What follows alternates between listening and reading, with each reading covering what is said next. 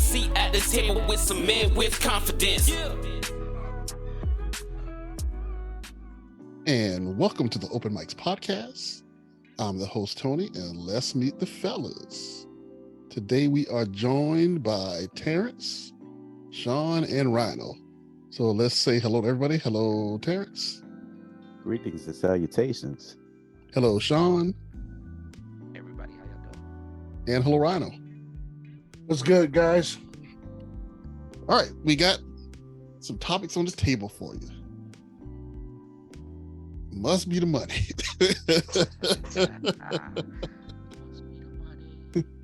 Must be the money. Let me stop before we get copyright strike. But anyway, one line. Hopefully not. It was two different songs too. Like I don't want to give YouTube nothing close to anything, because that algorithm is a beast. Ain't insane. But anyway, let's talk about Coach Prime Time. The current and soon to be former Jackson State coach is going to Colorado. And we are in our feelings, like Drake.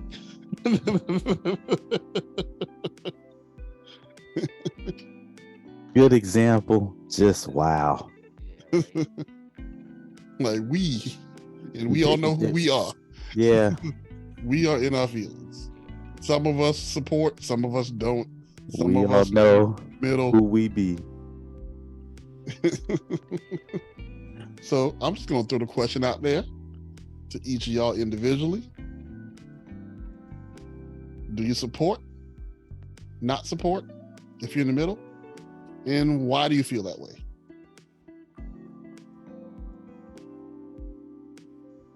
Who's going first? Go ahead, Ty. That first and say, if I have to pick a side, I'm gonna say I support. I really want to say I'm in the middle because it's Coach Prime, and at the end of the day, he was a Seminole and a Cowboy, and blah. So there's that. But that aside, give us your pros and cons. So give us the whole shebang. Okay, so pros. Look, man, as much as I enjoyed him being at Jackson State, I understand that moving to Colorado is a step up. And, I'm all for Black men advancing in their careers and moving forward, onwards and upwards. So kudos to him on that, because it was the next step in the progression, because I don't doubt in my mind that getting to the NFL as a coach is probably on his list of things to do. So this is the route that he's probably having to take to get there. And good on him. The cons would be the cons that I think most coaches have in these situations, where they come in and they're talking about all the big ambitions and plans and things that they aspire to do, and then I'm out, and just kind of leave people hanging. And that part's kind of sucky, but at the same time, I'm not going to be overly critical of it, because I don't know if I'm in a space where I'm going to tell somebody, no, don't take that promotion. That just seems kind of backwards, but I get why people would be upset, and that's definitely a negative. If you committed to do something, you do what you say you're going to do. I would love to agree with you, bro, but I can only look at this situation from my perspective. So he was signed to Jackson. Well, he was going to be at Jackson State with a base salary of $300,000. But at Colorado, his annual salary may be north of $4.5 million. And as someone who's been in a position to, well, not make that much money, but I had a position. I liked the position. I was actually treated nice. I I had a lot of wiggle room because I was the manager, and I was looking forward to becoming an account manager, and I even did a couple of interviews. But the pay wasn't there necessarily. And then another opportunity came up, which offered me better pay,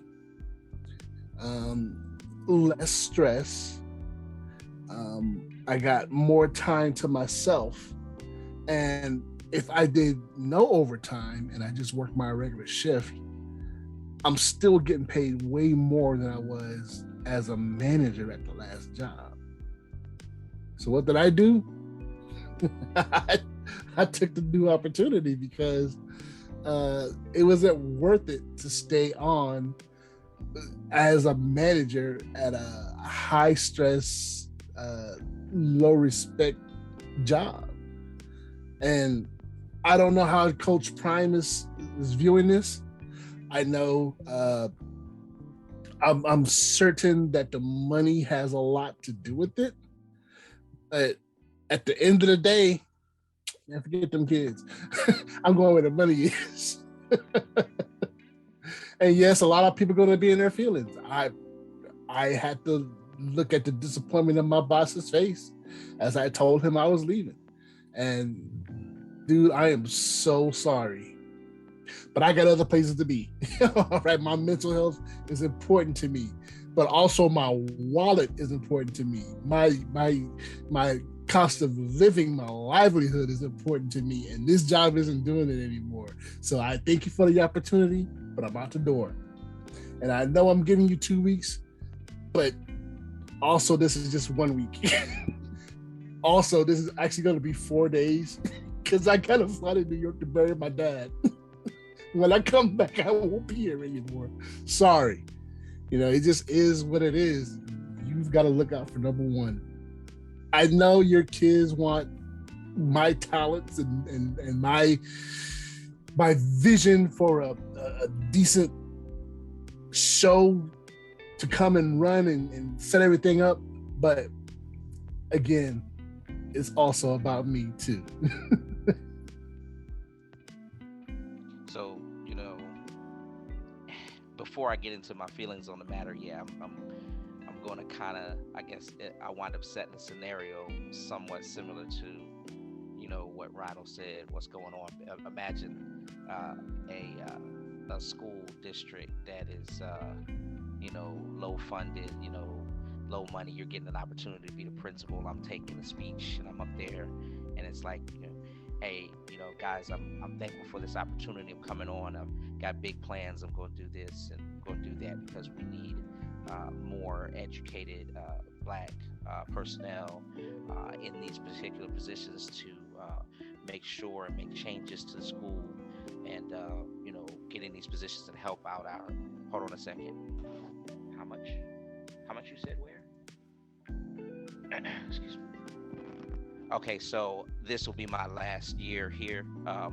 It's been thankful for the opportunity. I thank y'all for having me and giving me this opportunity to move and step on. I will be moving over to the better school district to take the principal there. Yeah, again, it's been an amazing opportunity. It's been fantastic and great, and that it is what it is. I see Rhino down there laughing because that's basically the cliche. It's the cliche of all of us. Rhino equated it to real life. This is what we do. You know what I'm saying? I mean, there's not a person, even some of us that are mad about the loyalty. Yes, we're mad. Dang, it was an HBCU that had a great coach and was set up to possibly be on track as we, you know, maybe very seldom do. You know what I'm saying? We had a Black man who had an opportunity when he was in, who's now, it feels like he's giving back. But these same folks that's mad that, oh, he done jet now and we pissed now. But let them offer you an opportunity at your job that adds 2 more zeros to your yearly salary. And how many people stay in for loyalty?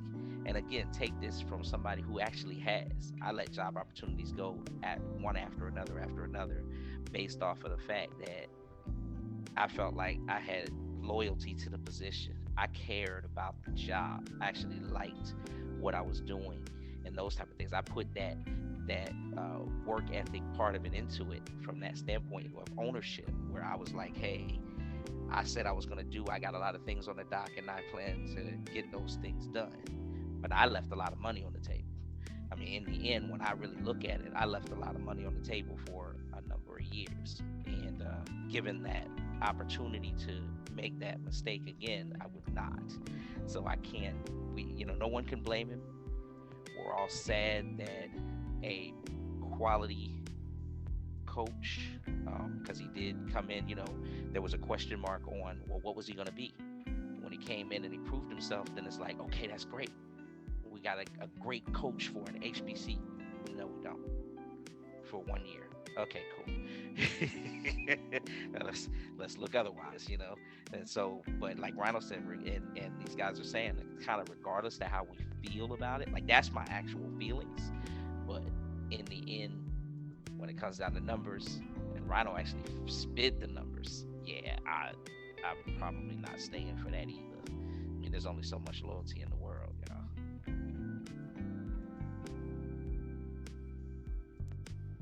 Okay, thank you, fellas. Okay, so when it comes, if I'm anti or pro, I'm pro. I'm siding with. I like the decision to leave. Like Ronald mentioned that he was getting $300,000 a year before. Yeah, and he was donating half of that back to the school.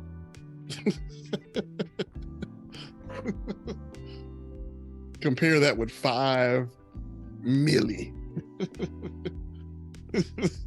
That's a lot of money. Okay.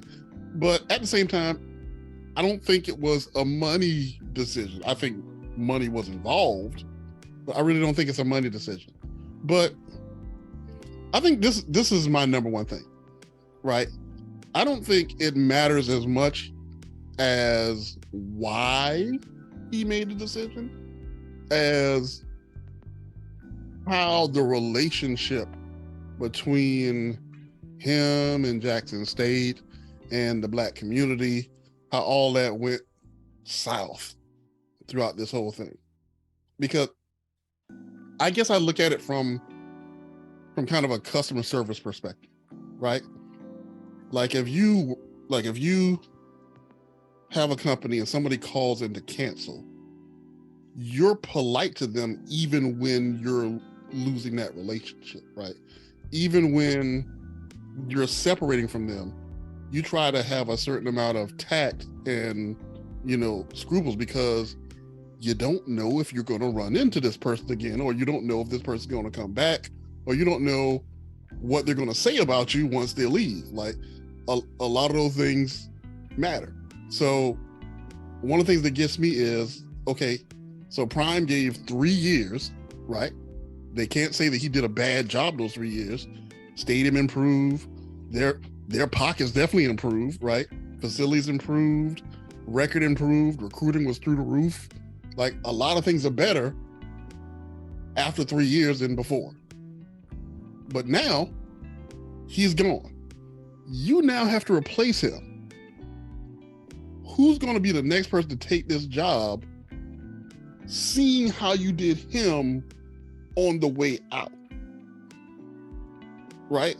Like the next person is looking at this like, hey, you mean I could sacrifice myself for 3 years and then they might hate me too?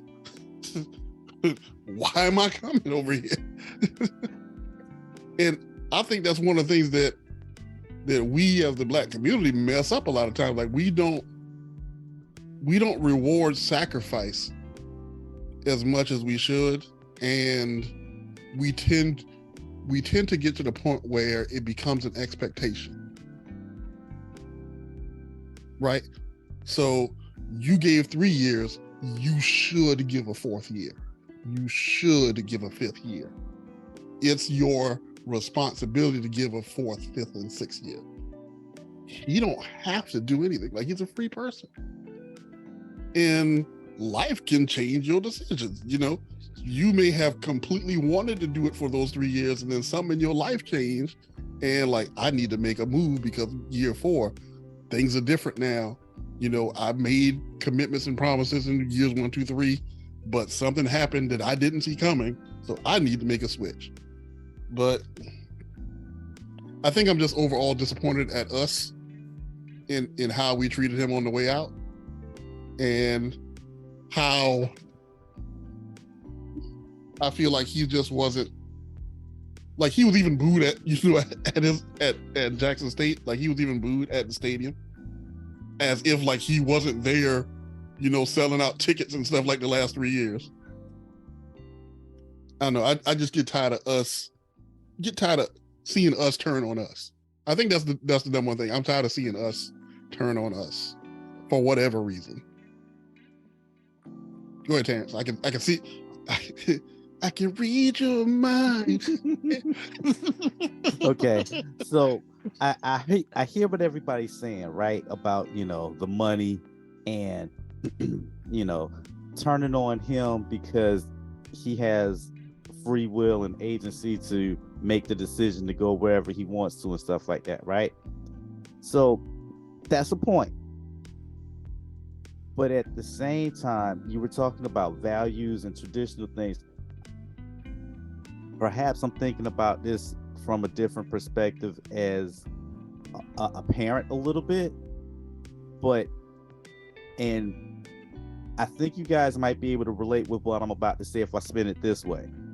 If you were a student who was a incoming freshman during like season 2 of Deion Sanders being there, he went out and recruited you and basically sold you on this dream of you playing at Jackson State under his tutelage and getting you playing time and getting you prepared, because your ambition is not just to play football for Jackson State. I'm sure there are guys on this team whose goal is to get to the NFL, and you figure Deion Sanders is a great mentor coach to get you on that track.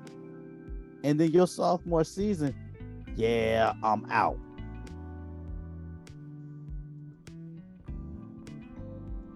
That's gonna make you feel that's gonna leave you feeling the type of way. What happens to, well, I did commit to doing this, and I know there's always gonna be a freshman coming in behind somebody, but at the same time, it kind of lends back to that point of when you arrived at the school, your ambition was to make things better, not just for one school, but for all of HBCUs. Because he talked about, God telling him he needed to be there, and he was going to try and bring a bigger platform, stage, and light to all HBCUs. And he did a great job of doing that for Jackson State. But in order to accomplish that bigger platform, stage for the entirety of HBCUs, you're going to need more than 3 seasons to do that. And I get getting thrown a boatload of money at you to leave is enticing, but if you actually stick to the plan and stay the course, do you know how much money you probably could have gotten on the back end if you were actually able to make HBCU organizations as a whole, football wise, more competitive? And by that, what I mean is actually doing something that he kind of hinted at one point, which would be getting another one of his NFL counterparts or peers to coach another school. Now you've got 2 former players coaching. That ups the ante. If both of those schools do well, that brings more attention. You could possibly get somebody else in as a third, and it was one of those projects that was going to take time to evolve and grow. And to just kind of throw your hands up because, yes, you got offered a lot more money to go to Colorado State. I understand why people are frustrated and why people are mad, because it just kind of looks like, I did what I could. I'm out, y'all. I'm going to take the money and run. That doesn't seem like a person who was genuine. That doesn't seem like a person who was invested in really what he said in the beginning. And it must be the money. It's all about the Benjamins, baby. That seems a little bit more selfish than the altruistic view that you painted in the beginning that nobody asked you for. This was all volunteer. Nobody said, hey, what are you going to do for these schools? This was the mantra you came in touting to begin with. And if you paint that picture, why shouldn't people hold you to that expectation? That's fair. That's a very fair assessment. Unfortunately, people lie in their interviews. Or maybe he was genuinely, maybe he was true. Maybe he was, no, this is what I want to do. This is what we can do. This is what I'm going to make happen. And then that better offer came along. I don't know if that's the case, but it could be the case. But there's always two sides to every situation. And I know the people at Jackson are probably very upset, very disappointed. I know they feel slighted. I mean, it's been the buzz all over Twitter and the news feeds for the past couple of days. So yeah, I would feel some kind of way too. But end of the day, you had to choose what was best for him, and I guess the money spoke louder than his, what'd you call it, altruistic intentions. Sorry to say, that's very, yeah. People lie in interviews all the time. That's not uncommon. So I get it. That's why I said if I had to choose, I would have said I'm neutral, but I see the pros and cons of both sides, and it's unfortunate for, that kid who was looking forward to playing for Deion Sanders, thinking that was going to be his way out and, help him and his family come up and, that whole song and dance. So let me jump in a little bit. I agree. Go ahead. Okay. For the kid that in year 2 was recruited and was told all these promises, I feel so sorry for him, number one. Number two, I'm pretty sure that Coach Prime did talk to him sometime before all this went down. Hey, this is a lesson in life. Things change, bro. People make promises that they can't keep. I'm sorry. But if you want to follow Prime, follow his advice. Jump the transfer portal. Put on a Colorado jersey. See you next year. Oh gosh, I think that was the part of this whole thing for me that's been like the most. Did he really say that? Jump in the portal. Either transfer your tail up out of here because you ain't gonna get the player. Come follow me from Jackson State. Okay, wow. Here's my big thing. Okay, so let's talk about the changes made, right? Like Terrence, you were talking about how Deion was basically laying a blueprint, right? For how he pretty much did that. Where are the followers? Like, it's been 3 years. Where's the next HBCU to sign a former NFL player to be their head coach? I don't see none. I don't see none. I don't see. Do we see people stepping out? Like, shoot, half of Prime's doggone team have a head coaching staff of former NFL players of clout. True. Like, big names, but no job. Warren Sapp was sitting at home. Warren Sapp. Right? Okay. Yeah. Number 2. I get it. Prime got them. They got a new stadium. They got deals. Like they got a contract with Walmart. They're on College Game Day. They're on TV and stuff now. They're in the papers and stuff now. People are talking about them. Somebody's getting some money from all this. Why Prime's still getting $300,000 a year? $300,000, $5 million. Now I ain't saying you got to get up off of $5 million, but could you try to get a little bit closer to 5 mil than 300,000. Like you don't think. I think this is one of the things that really bugs me. Like, you see someone increasing in value. You see the demand for that person going up and up and up and up. And this speaks deeper to me with one of the problems that I have with. I feel like I'm saying I hate black people, but this is one of the problems I have with black people in general, is that they feel that they deserve you at a discount. Because you're familiar, I don't have to pay you what the market thinks you're worth.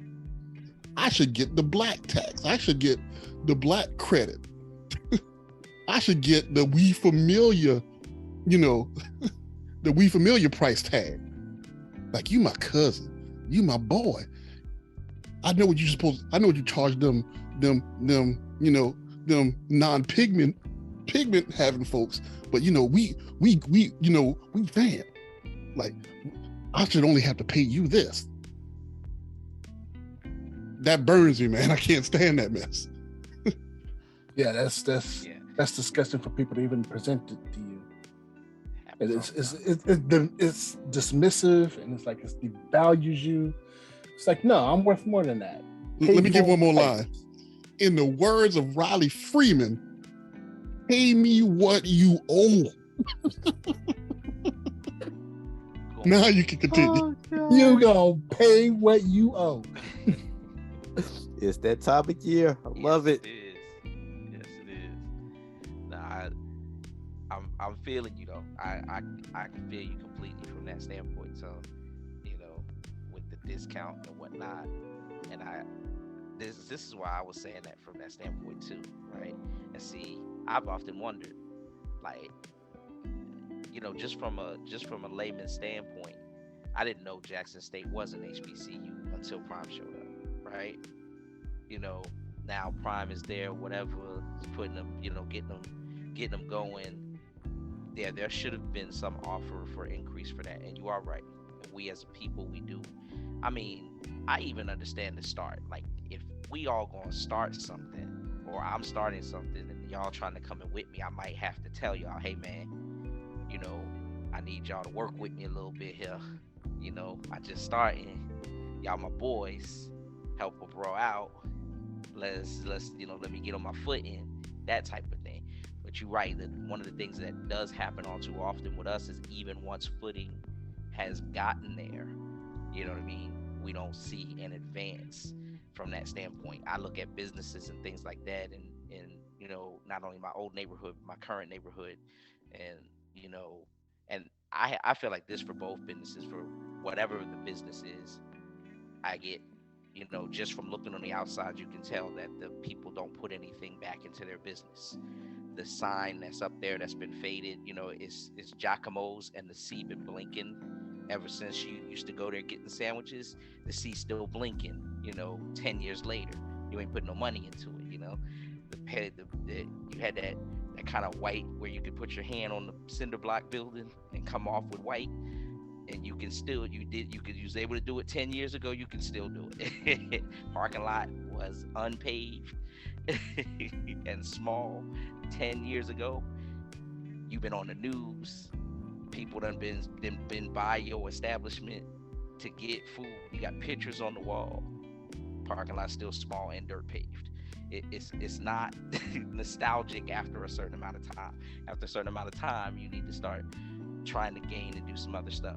I did not know, but I always did wonder why there weren't more, I guess you could say, people like Prime, right? Like you just said, Warren Sapp, the Ray Lewises, some of these folks that, used to be in football, that now have some residual income because they might live in Columbia in a $225,000 house, and they can live off the residuals or whatever the case may be, but they barely above broke, dang near like you, and they want us to feel bad for them when they had this type of money and they walked it back down. But why aren't some of those being offered? You think so? Let me ask you this question, Tony. I'll fire it back to you. You think that those folks are not applying, or are they just not being offered the job? Are they being told? Do you feel like okay, so Jackson State doesn't have prime now, but let's take Jackson State out of the mix. Let's use, and I'm not even sure if this is, I don't know my HBCU, so I have to apologize for that. Number one. Use South Carolina State. We'll use them. I was trying not to use it for real one, but yeah. So we'll say SC State. Or we'll say Hillman College. Right. Let's go with Hillman. Yeah, I was gonna say Morehouse or something like that. Let's go with Hillman. But do you think that they are doing a thing where a Ray Lewis, a Warren Sapp, a former offensive coordinator in the NFL or whatever the case may be, are walking into the building offering their services to be head coach or on the coaching staff, and they're telling them no? I think it's. Do you feel like they're telling them they're not qualified, or do you feel like they're not going out to interview? I think it's two sides of the same coin. I think that good old Hillman College is most of the former professional athletes have an idea of what a typical HBCU is going to try to pay their head coach. And Ray Lewis ain't going to Hillman because they're going to try to pay him Sinbad money. Okay. And it's as simple as that. They're going to try to pay him like Walter Oates. But and he ain't going for that. But at what point is it better for? So if I'm former, NFL running back, like I say, Sean, I'm gonna use my name, and I'm a former running back, and then I was a defensive line coach. But now, for years, all I have now is my name. All I have now is I used to be. Okay. Do I have the right to feel embarrassed because South Carolina State's only offering me $100,000 or $200,000 to come and be their head coach? I'm supposed to be. Now I'm surviving. I'm retired. I'm good. I don't need any job at all, right? Right. But if I want to go help out in HBCU and give them the benefit of having my name on the staff, as well as seeing whether I can make a difference to their coaching or to their college program, you know what I'm saying? So let's not forget one thing. Is that important? Let's not forget one thing, that coaching is a job. Yeah, it's a job. And I'm not just saying that like it's 40 hours. Coaching is a hard job, right? Like it is. Managing the students, managing the coaching staff. Like you might be up 5, 6 o'clock in the morning, may not go to bed until 10, 11 o'clock at night. Like you might be working 16, 18 hour days. That ain't for everybody. Number one, especially a retired person. Why would you want to do that when you're retired? Anyway, but everybody don't want to work like that, especially if you ain't being compensated for it. Like who wants to work extra hard for barely any money? For money, if you got enough name recognition, money you can make just standing still and waving. Yeah. Like, and there's Sean Scott, former, and you just, hey, give me my check after this. Right. Okay. So I was gonna say that Tony said it really well, I think, with the it's two sides of the same coin. In that I think if I'm former standout, wide out, defensive back, whatever, for a pro team, and I'm no longer active player or in commentary or whatever, but I have the desire to coach, if I'm in a position where I can maintain my lifestyle based on whatever residual income I'm getting, and coaching is something that I'm passionate about, I might be willing to take that on for a little bit less, because I'm not in it for the money. I'm in it because that's my passion. That's what I'm driven to do. That's what I'm excited and, amped up about. That's what gets my blood going. And in those situations, at least in the very early part of stages, you take the job. I would think you take the job based on the recognition, and then from there you build a program. Now, once you start building the program, then it's up to the school at that point to say, well, we appreciate what you've done for us. So now we need to reciprocate that by doing something to ensure that your future here with us is long term. You know, it's a relationship, and it should go both ways. There should be, if I've managed to, it'd be no different if I was going to a, you know, reputable, predominantly white institution. If I went to go coach at like Notre Dame or somewhere, and I'm pick a different one. If I went to Penn State and made everybody forget about that horrible scandal and whatnot that happened there years ago because we won like 3 national championships, then you absolutely better pay me for doing so if you want me to stay. Because at that point, I'm getting offers from other schools. I might have 1 or 2 people from the NFL in my ear. And yes, that needs to happen, just because, you know, any relationship should be a two-way thing. You can't expect me to just continue to do this for love of the game at that point. Like, I think that there probably are former players that would coach for free. Like, if you gave them the opportunity for them to coach, they probably do it for nothing, just to get the learning experience and to get, you know, get that notch on their belt. But here's one of the funny parts. Here's one of the funny things. Like, no one thought about doing this before Deion? Nobody? No one. Like, he's the first predominant, popular Black athlete to coach at an HBCU. Like, no one considered this before. Like, how long have we been playing sports? Like, It shouldn't be. so it's like, I don't believe this was the first time someone had this idea. Like, I'm pretty sure someone had this idea. What I'm thinking of is somewhere along the line, something didn't, there wasn't an agreement. Either the school probably didn't feel like, you're not big enough for us, right? Like, if it was, I'm trying not to throw somebody under the bus. Yeah, that's gonna be hard. That's gonna really be hard to do. If it were a lesser named cornerback, would they have gotten the opportunity? Probably not. If it were another, popular athlete, like I mentioned Warren Sapp earlier, if Warren Sapp would have walked up to Jackson State and tried to get that same deal, he probably wouldn't have got it. They went with Deion because he's Deion Sanders. He's prime time. And they knew that he individually was going to be a spectacle.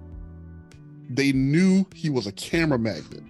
And they knew that whether he succeeded or failed, he was going to get enough eyes on the program and they were going to make dollars.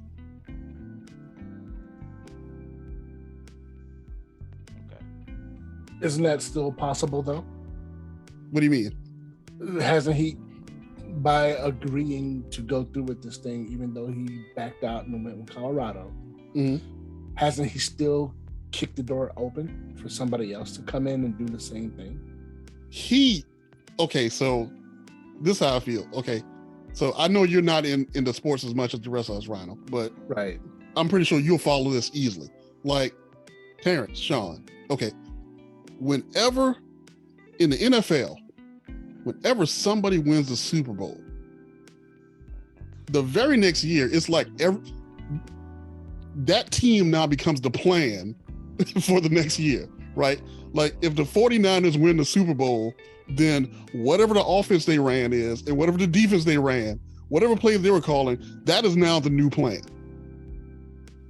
Now, we done had 3 years to watch what Prime did in Jackson State. That should be the new plan.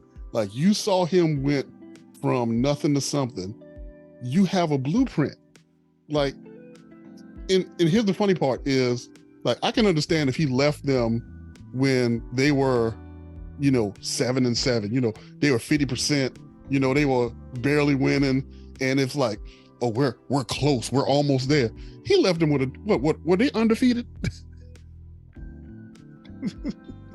I don't remember I don't know the record, but you're right about the fact undefeated, blowing everybody out, going to a bowl game. Like, how do you leave a team in a better situation than that? Right. You leave with a perfect record and go into a bowl game that you're probably going to win. Right. Like, he probably don't even have to go. I don't think they want him to go, but he don't even have to be there. The players can win that by themselves. So sorry, North Carolina Central. I'm sorry, but Oh no. I apologize, but y'all know that. Y'all know that's true, right? They did. Y'all know that's true. It's too much talent over there. Don't feel bad about it. That's good. You made it. Right. Now, please don't discount the talent of the team, because there ain't no game without the boys on the field. Right. Don't feel too bad about losing Deion. If it wasn't for those men on the field and the supporters on the sideline, there is no game. But I think now they can just get another. This is the opportunity. Get another big name, former NFL player, come and coach. I was wondering if you were gonna say that, Tone. They're almost in a situation where they have to be making the calls, right? In order to keep the program going, or else we're not gonna be talking about Jackson State, in the next 2 years. They're gonna be bankrupt because they just built whatever new stadium or whatever the case may be that they can't maintain and keep the people filled in the stands, and all the young men who were playing there also went and followed Prime to Colorado and entered the portal. You know what I'm saying? Here's the funny part, Sean. I think their phone is ringing.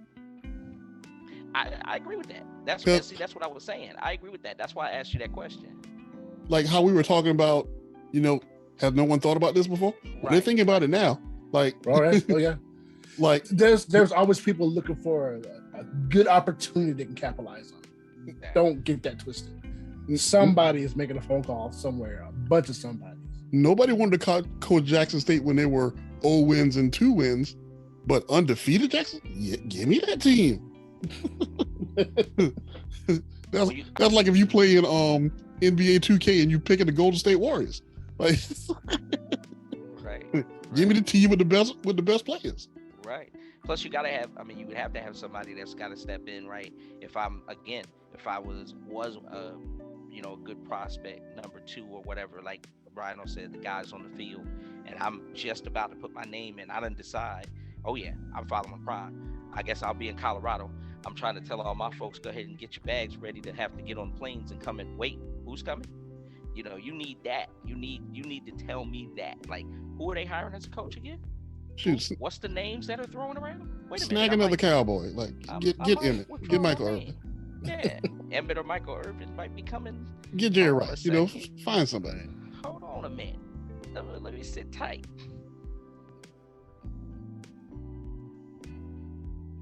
That Jacksonville State job is now the new Black Panther of HBCUs. Who's following that?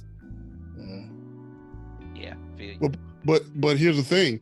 They're not making the same decision that Marvel did, and it just closing the door on it. People wanted that job. Right. Like, if you would have put that out to black actors right now, young black actors, who wants to be Black Panther? Ooh, me. Absolutely. Like, absolutely. Do you think you can follow Chadwick Boseman? Chadwick Boseman was a very great actor and blah, blah, blah, blah, blah, blah, blah. But I still want that job. I want to be Black. They'll give him all the praise. He was the greatest thing. He will never be replaceable. Black Panther as well. Like, he is irreplaceable until I get there, and then I'm going to be. That's right. But there was also a point that we kind of talked about off camera that Terrence brought up.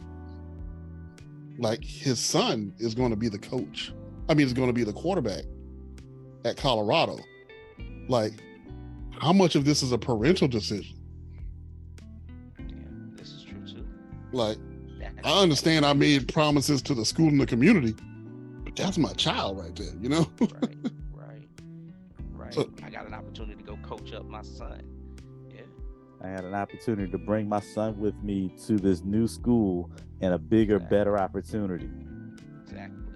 Exactly. All the way around. More money for me, more visibility for him. I mean, Yeah, yeah. That's a it- look. It's a unique situation, especially for our community because we don't see these types of things happen this publicly. You know what I mean? We'll see people rise and people acquire a certain level of success, but that's the end of it. But in this case, it's like, oh shoot, what are you gonna do?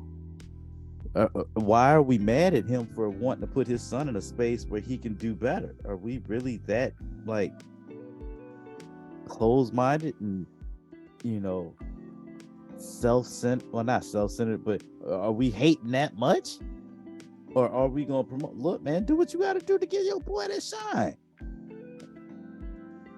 I'll say this. This is one of the things that I just don't like the way that we turn on people. Like I feel like there's a lot of things. There's a lot of little statements that you can say that are like triggers. Like, why do we turn on people that succeed? Right? Like when someone starts climbing up, we start hating on them. Why do we do that? Why do we expect someone to give themselves at a discount? Why do we expect for people to just keep giving when we know that they're not being compensated for what they're worth? We know they're underpaid. We see that they're underpaid. And we just keep it going. Like, we ain't gonna say nothing until they say something. I don't know why we do that. But the main thing that I would like, I wish we would keep relationships in check, because Deion, let's say that the relationship was still good with him and Jackson State, he might already have a good suggestion of a replacement. Like, this is who you should put in my place. They will keep it going. They will keep it going just as well as I would. He might be able to still make deals behind the scenes to help them. Like, I may be the coach of Colorado, but I can still make phone calls. I still got connections. Now I got connections in Mississippi and in Colorado, you know? Right. right. And it's things like that I feel like we get so caught up in a moment, caught up in an emotion, and we miss the big picture. We miss the opportunity for us to succeed in multiple places. We're not Highlander. We're not Highlander. Like, oh, he's getting stronger. Got to chop his head off. You know. Sean was saying that there could be only one. But no, there's room at the table for everybody. There's room at the table for everybody. That's all I'm saying. Yeah, it's just a shame that not everybody sees it that way.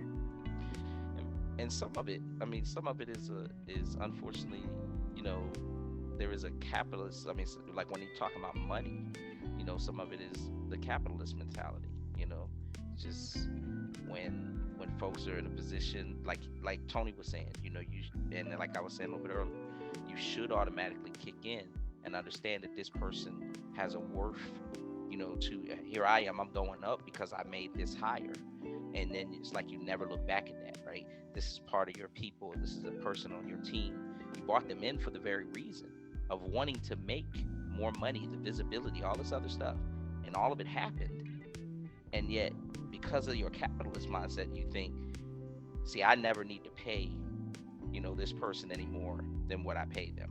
It's the same thing like I was saying, if I asked you guys to start with me, and we did, and I was successful, and then I just like tried to stay on that. That's a capitalist mentality. Like, I can't go any higher. I can't ever think about their worth and pay them more versus me making more. Me making more was what was supposed to happen in the first place, because that was the whole point of the goal for me, But then I never look back. I never look around. I never turn and check the space of my surroundings to say, let me remember the original reason I wanted these guys to come on to help me was to be successful. And now that I am successful, it's partly because of them. And I should offer them more because of that. You see what I'm saying? Turn it back. Sean just broke down trickle down economics, y'all.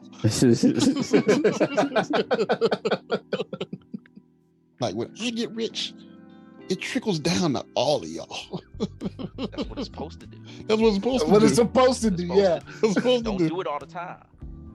The people at the head of the game be acting like, I was supposed to get rich, not all of y'all. I feel like I'm gonna lose my black card after this whole thing. Okay, so I feel like my black card is gone, man. I wish they HBCU. Like this ain't cool. But like let's also admit that when it comes to some HBCUs, when it comes to a lot of black organizations, when it comes to the books and where the money be going, some of that stuff be looking kind of funny. Like we spent $20, but we got like a $5 vase. Where's the other 15? You know, how much you spent for that toilet? How much with them curtains? Right. You know, how many tickets we sell? We sell that many tickets? I see a whole lot more people in here than tickets that we sold. Why is that? You know, and you know it get real funny with the money, and nobody ever go to jail. Or very rare. I don't know. I kind of think that's across the board, bro. It is, Rhino. It is. It's in politics all the time. So yeah, that's, You bought a $2,000 hammer, $2,000. Yeah, I can go to a hardware store and get you one for $5,000, and you bought one for $2,000. Does this hammer is like that magic hammer from Wreck-It Ralph? You know, $2,000. but here's the thing: at least it's in the books for $2,000. What's worse is if it's in the books for $10, like a regular hammer price, and $2,000 missing. $1,000. Facts. true. That's Oh right. man. I love us black people. I'm sorry. Yeah, we don't mean to make it a whole fest. That's what you're saying. We're gonna lose our cards after this. No, I think y'all are fine. I think I'm No, man, it ain't just you. they gonna stop me at the border. They're gonna put water in my plate at the cookout. And they're Oh, rehashing this no. thing. And they're rehashing this thing in cancel court next year. Yeah, there you They go. gonna put raisins in my potato salad. Yeah. I don't even eat potato salad with not the raisins. They gonna give me pumpkin pie instead of sweet potato pie. Oh boy. Oh yeah. I'm gonna get a plate with turkey white meat with no gravy, pumpkin pie. See, yeah, tread lightly because that pumpkin pie thing is serious around here. So That's all the same. yeah. But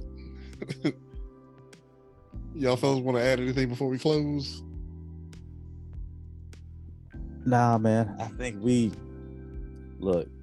ending with Sean's breakdown of trickle down economics was a big windfall at the end. So I don't know if we really can follow that much further.